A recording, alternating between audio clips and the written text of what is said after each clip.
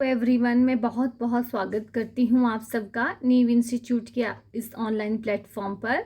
आज हम अपने इस क्लास में जो है वो केमिस्ट्री के इम्पॉर्टेंट एमसीक्यूज डिस्कस करने वाले हैं, जो आपके टेट और कमीशन पॉइंट ऑफ व्यू से बहुत इंपॉर्टेंट हैं। तो अपनी क्लास में चलने से पहले मैं सबसे पहले आपको नीव इंस्टीट्यूट के बारे में कुछ बता दूं।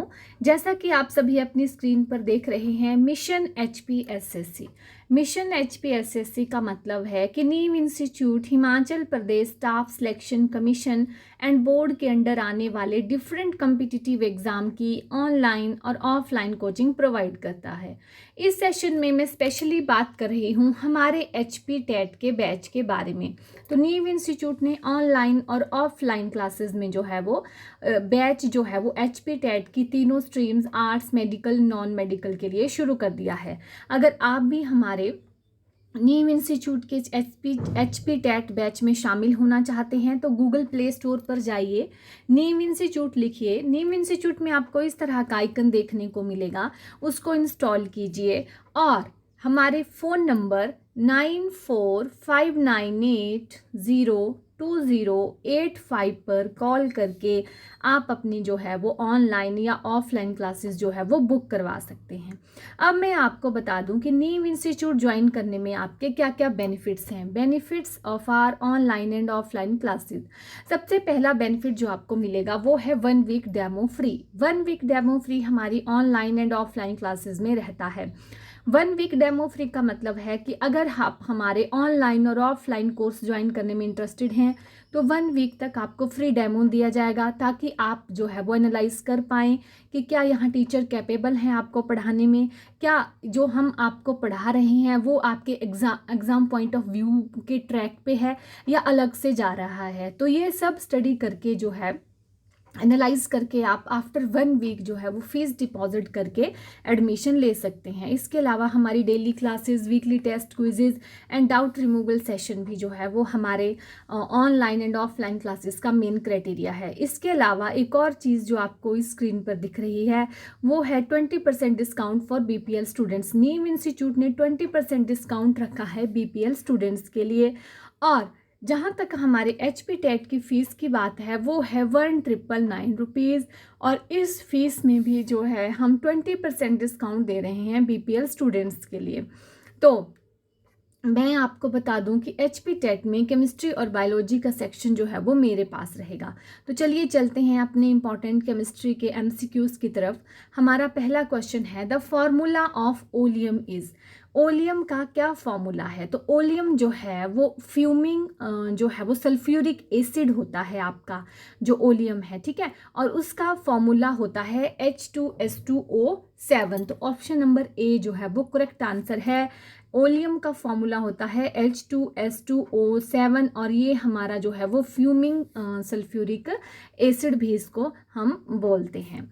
नेक्स्ट क्वेश्चन है, which of the following is known as synthesis gas. ठीक है, सिंथेसिस गैस जो है वो किसको बोलते हैं? देखिए, जो सिंथेसिस गैस होती है वो एक मिक्सचर होता है कार्बन मोनोऑक्साइड एंड H2 का। ठीक है, तो यहाँ पे ऑप्शन है, ऑप्शन नंबर ए CO+N2, ये नहीं होगा।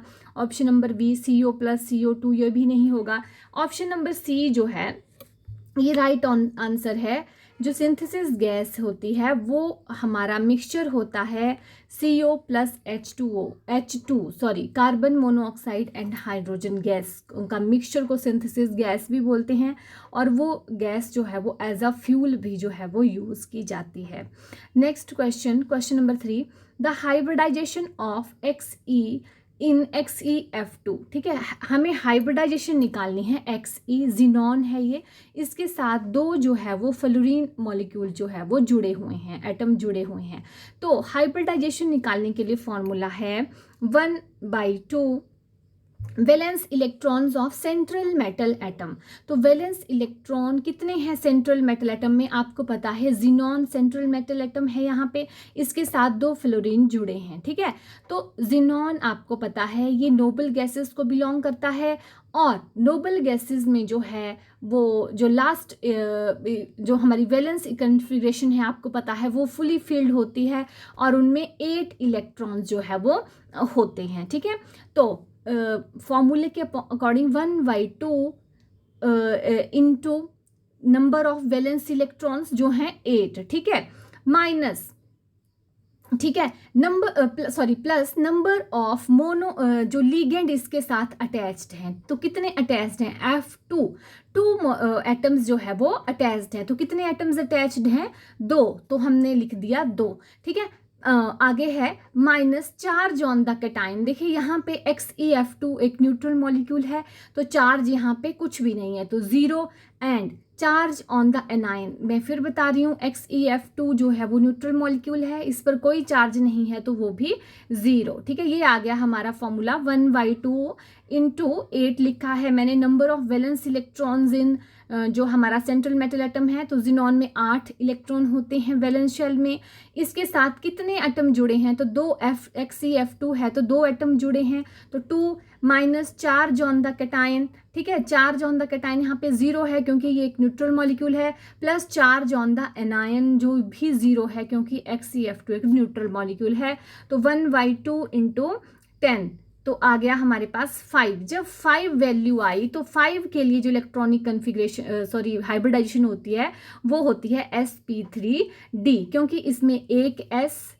3 p के और एक d का ऑर्बिटल जुड़ा होता है, जो टोटल आ गया आपके पास 5। तो यहाँ पे जो इस क्वेश्चन के अकॉर्डिंग जो हाइब्रिडाइजेशन होगी वो होगी ऑप्शन नंबर डी, sp3d। देखिए ये है फॉर्मूला जो है वो हाइब्रिडाइजेशन निकालने का। 1/2 into number of valence electrons in the valence shell of central atom, plus number of atoms जो उसके साथ अटैच्ड हैं, plus minus number of cations plus number of anions, ठीक है। आगे है question number 4, the chemical equation given below represent what type of chemical reaction. तो chemical reaction आपके पास दी है NaSO4 plus BaCl is equal to, ठीक है, इज इक्वल टू का साइन है BaSO4 प्लस NaCl, ठीक है। तो sodium sulphate plus beryllium chloride equal to beryllium sulphate plus 2NaCl। अब यहाँ पे आप देखते हैं कि 4 ऑप्शंस हैं कम्बिनेशन रिएक्शन, ठीक है। तो सबसे पहले तो कम्बिनेशन रिएक्शन ऑप्शन दिया है, तो कम्बिनेशन रिएक्शंस वो रिएक्शंस होती हैं जिसमें 2 कंबाइन करके जो है वो एक प्रोडक्ट बनाते हैं, 2 चीज़ें कंबाइन करके एक प्रोडक्ट बनाती हैं, जैसे H2 + O2 जो है वो H2O2 बनाती है। लेकिन यहाँ पे देखो ये 2 चीज़ें कंबाइन होके जो है वो एक प्रोडक्ट नहीं बना रही हैं। दूसरा है डिकम्पोजिशन रिएक्शन। डिकम्पोजिशन रिएक्शन का मतलब होता है कि रिएक्टेंट जो है वो बहुत बड़े होते हैं और वो हीट लेके जो है वो टूटते हैं, ठीक है। तो डिकम्पोजिशन का मतलब होता है टूटना, तो कोई रिएक्टेंट जो है वो बड़ा है और वो टूटेगा हीट लेके, तो यहाँ पे ऐसा नहीं हो रहा है। नेक्स्ट है double displacement reaction. Double displacement reaction में ऐसा होता है कि आपके पास 2 सॉल्ट हैं, ठीक है, रिएक्टेंट में, तो वापस में वो अपने जो है वो आयंस का एक्सचेंज करते हैं। तो यहाँ पे वैसा ही हुआ है। देखिए सोडियम सल्फेट के पास आयन है सल्फेट, ठीक है, और बेरियम क्लोराइड के लिए है क्लोराइड आयन, ठीक है। तो ये आपस में एक्सचेंज हो रहे हैं, मतलब जो सल्फेट है वो बेरिलियम के पास जा रहा है और क्लोरीन जो है वो सोडियम के पास आ रहा है। तो आपके पास जो आंसर बन गया वो है बेरिलियम सल्फेट प्लस NaCl। तो आप यहाँ देखते हैं यहाँ क्या हुआ इस रिएक्शन में, इस रिएक्शन में एक्सचेंज ऑफ आयंस हुआ है, और जहाँ पे जो सॉल्ट होता है उसमें एक्सचेंज ऑफ आयंस हो, जैसे सोडियम सल्फेट और बेरिलियम क्लोराइड में एक्सचेंज ऑफ आयन हुआ, तो ऐसी रिएक्शंस को बोलते हैं डबल डिस्प्लेसमेंट रिएक्शंस। तो यहाँ पे आंसर है आपका ऑप्शन नंबर सी, जिसमें डबल डिस्प्लेसमेंट हुई है, दोनों के आयंस जो है वो एक्सचेंज हुए हैं, ठीक है, आयन एक्सचेंज हुए हैं तब ये प्रोडक्ट बना है। तो ऐसी रिएक्शंस को बोलते हैं double displacement reaction. Next question है question number 5, when KCl salt is added to distilled water the resulting pH will be, ठीक है। तो सबसे पहले तो हम पता होना चाहिए डिस्टिल्ड वाटर की pH कितनी है, तो वाटर जो है वो न्यूट्रल होता है, उसकी pH 7 होती है।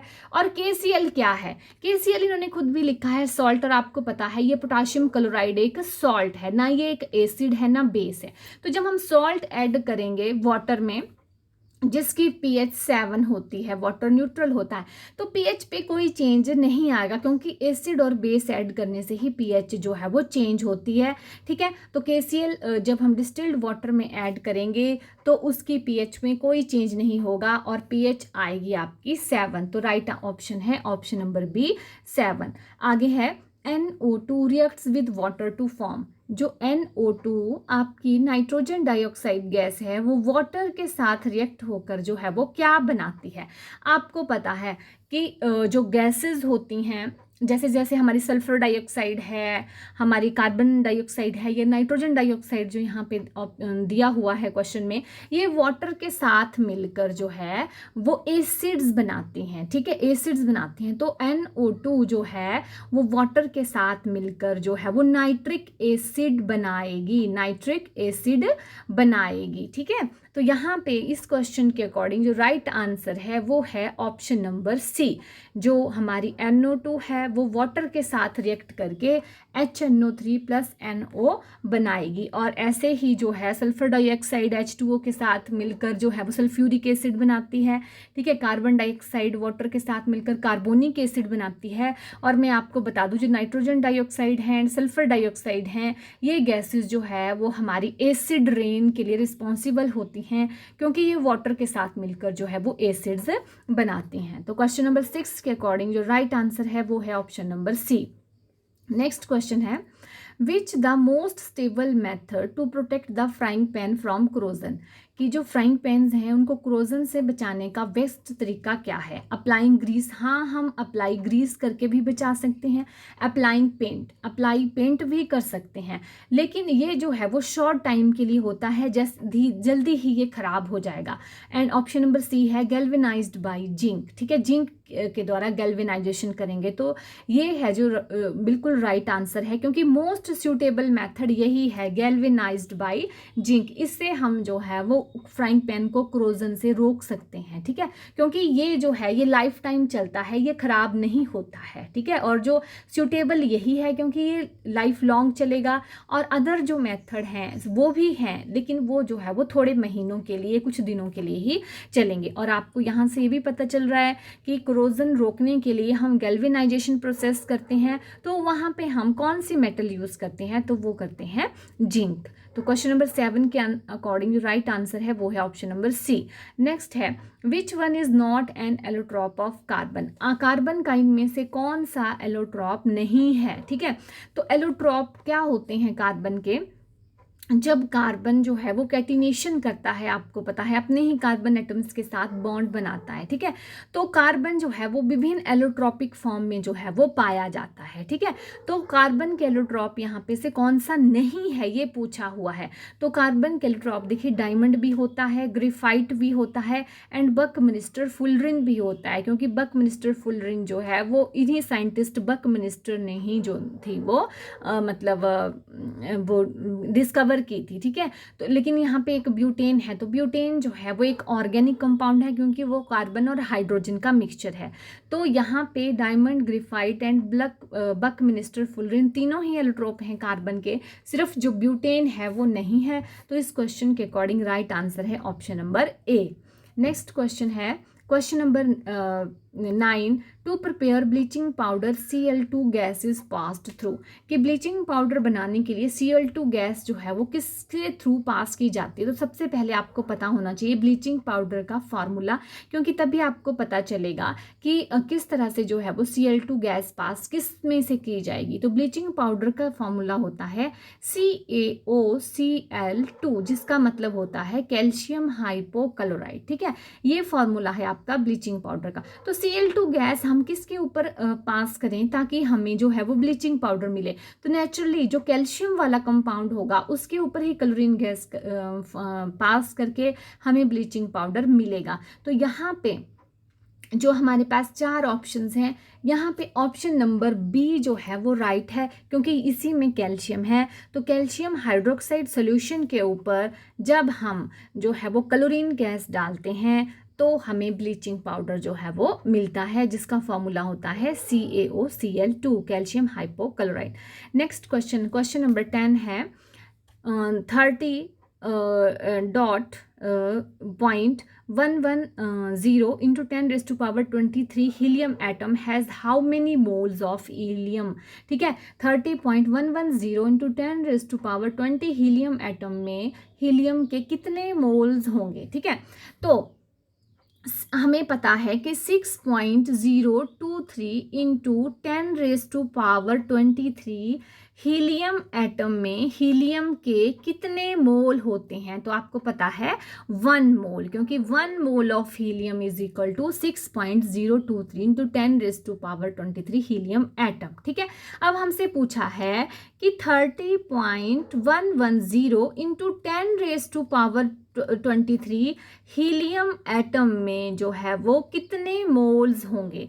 तो इस इक्वेशन से आपको लग जाएगा पता, is equal to 1/6.023 into 10 raise to power 23 into 30.110 into 10 raise to power 23।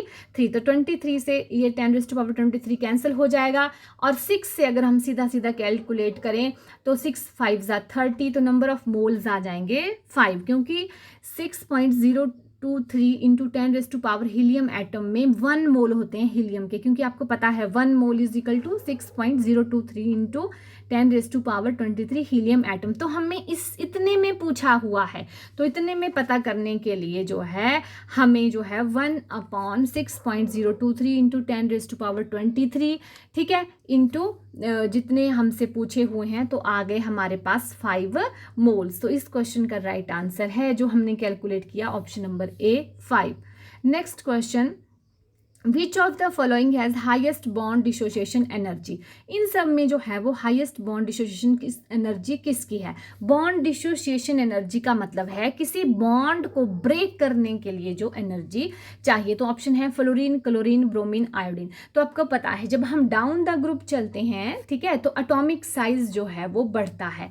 तो इसके अकॉर्डिंग तो फ्लोरीन की सबसे ज़्यादा बॉन्ड डिसोसिएशन एनर्जी होनी चाहिए, लेकिन मैं आपको बता दूं कि फ्लोरीन की सबसे ज़्यादा बॉन्ड डिसोसिएशन एनर्जी नहीं होती है, क्लोरीन की सबसे ज़्यादा बॉन्ड डिसोसिएशन एनर्जी होती है। और इसके लिए रीज़न है कि फ्लोरीन का साइज जो है वो छोटा होता है, और वहाँ पे इलेक्ट्रॉन की जो है वो रिपल्शन रहती है, तो वहाँ पे हम जो है उस बॉन्ड को आसानी से तोड़ सकते हैं। लेकिन क्लोरीन का जो है वो थोड़ा बड़ा स्ट्रक्चर होता है, वहाँ इलेक्ट्रॉन की रिपल्शन नहीं होती और वो स्ट्रॉन्ग बॉन्ड होता है। तो highest bond dissociation energy is of chlorine and not of fluorine, because fluorine is smaller size and there is electronic repulsion between the electrons. Next question है, which of the following has highest E/m electron by mass value, ठीक है। तो सबसे ज़्यादा highest EM value होती है हमारे electron की, जो होती है 1.6 into 10 raise to power 8 coulomb per gram, ठीक है। और ऑप्शन में प्रोटॉन न्यूट्रॉन है, तो सबसे ज़्यादा इलेक्ट्रॉन की होती है, उससे कम प्रोटॉन की, और सबसे कम EM वैल्यू जो होती है वो न्यूट्रॉन की होती है, क्योंकि उनमें चार्ज होता ही नहीं है। तो इस क्वेश्चन के अकॉर्डिंग राइट आंसर है option number A. Next question है, the relation between CP and CV for an ideal gases, ठीक है। CP और CV में रिलेशन फॉर आइडियल गैस। तो CP के बारे में बता दूं, ये होती है molar heat capacity at constant pressure, and CV होती है molar heat capacity and constant volume, और उनके लिए सीधा रिलेशन है CP minus CV is equal to R, और R रहता है गैस कांस्टेंट जिसकी वैल्यू होती है 1.314 जूल पर केल्विन, ठीक है। तो इसके लिए रिलेशन है CP minus CV is equal to R, की CP जो है वो बड़ा है जो CV से, ठीक है। कितना बड़ा है, R वैल्यू बड़ा है। तो इस क्वेश्चन के अकॉर्डिंग राइट आंसर है ऑप्शन नंबर डी। नेक्स्ट है क्वेश्चन नंबर 14, मीजल्स आर। जो मीजल्स होते हैं वो क्या होते हैं। देखिए जो मीजल्स होती हैं, ऑप्शन 4 हैं, associated colloid, ideal solution, polish sulphate, charcoal blocks. तो मीजल जो है वो कोलाइड होते हैं, और ये जो है वो एसोसिएटेड कोलाइड्स होते हैं, क्योंकि ये जो है एसोसिएट हो जाते हैं जब ये स्ट्रॉन्ग नहीं होते, और जो मीजल्स बनाते हैं, तो मीजल्स जो है वो एक एसोसिएटेड कोलाइड्स है। नेक्स्ट क्वेश्चन है, विच ऑर्गेनिक कंपाउंड है स्वीट स्मेल। तो जो स्वीट स्मेल है वो किस ऑर्गेनिक कंपाउंड की होगी? Amides, alcohol, carboxylic acid and asters. तो राइट आंसर है एस्टर्स। और मैं एक और बात बता दूं कि जो स्वीट स्मेल है वो एस्टर्स की होती है, और एस्टर्स ही वो ऑर्गेनिक कंपाउंड है जो फ्रूट्स को उनकी स्मेल देते हैं। ये भी क्वेश्चन पूछा जाता है कि विच ऑर्गेनिक कंपाउंड गिव्स जो है वो फूड देयर स्मेल, तो वो होते हैं आपके एस्टर्स। नेक्स्ट है question number 16, the first organic compound prepared in the lab was. ठीक है, लैब में जो है वो फर्स्ट ऑर्गेनिक कंपाउंड कौन बनाया गया था? तो वो है हमारा urea. Urea was the first organic compound to be prepared in the lab.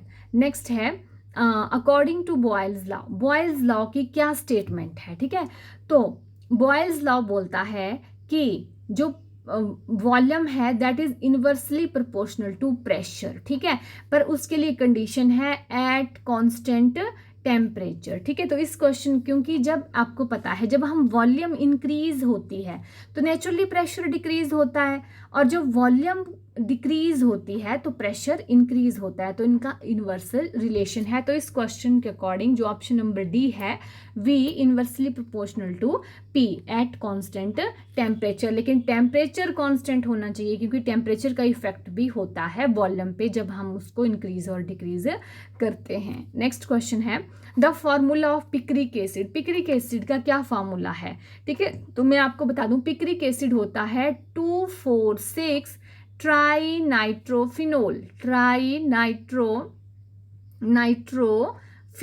ठीक है, तो जो हमारा पिक्रिक एसिड है वो होता है 2,4,6 ट्राई नाइट्रोफिनोल। तो इस क्वेश्चन के according option number C right answer है, क्योंकि यहाँ पे 2, 4 और 6 पॉइंट पे जो है वो नाइट्रो ग्रुप लगा हुआ है और OH ग्रुप है, तो ये एक फिनोल है। तो इसका पिक्रिक एसिड होता है 2,4,6 ट्राई नाइट्रोफिनोल। नेक्स्ट क्वेश्चन है द चाल्कोजन। चालोजन नहीं है, ये चाल्कोजन है, सी है। Group has the electronic configuration. चाल्कोजन group की इलेक्ट्रॉनिक कन्फिग्रेशन क्या है? तो चाल्कोजन होती है हमारी ऑक्सीजन फैमिली को चाल्कोजन बोलते हैं। ठीक है, और आप वहाँ पे जो इलेक्ट्रॉनिक कन्फिग्रेशन रहती है वो रहती है NS2 NP4। ठीक है, और ये हमारे जो है वो P ब्लॉक एलिमेंट होता है एक। तो चाल्कोजन की electronic configuration option number B NS2 NP4। Next है which of the following is responsible to rule out the existence of definite path of electron. कि डेफिनेट पाथ ऑफ इलेक्ट्रॉन के लिए किस रूल ने बताया था? ठीक है, तो यहाँ पे रूल्स हैं Pauli's exclusion principle. Pauli's exclusion principle बोलता है कि ये इलेक्ट्रॉन के पाथ के बारे में नहीं बताता, ये बताता है कि चारों के चारों quantum number N, L, M और S में जो है वो सेम वैल्यू नहीं होती। Hertz rule of maximum multiplicity बताता है कि पहले हम सारे ऑर्बिटल्स को सिंगली भरते हैं फिर उनमें पेयरिंग करते हैं। अफबाउ प्रिंसिपल बोलता है कि हम filling of orbital in increasing order of energy करते हैं। तो डेफिनेट पाथ ऑफ इलेक्ट्रॉन के बारे में बताता है हेंसबर्ग अनसर्टेनिटी प्रिंसिपल, जिसके according it is impossible to calculate the exact value of momentum and mass of the momentum and position of an microscopic body जो है वो चेंज होती रहती है टाइम टू टाइम। तो इस क्वेश्चन के अकॉर्डिंग राइट आंसर है ऑप्शन नंबर डी। तो ये थे हमारे आज के MCQs। I hope these MCQs will be very helpful for your TET exam. Thank you and have a nice day.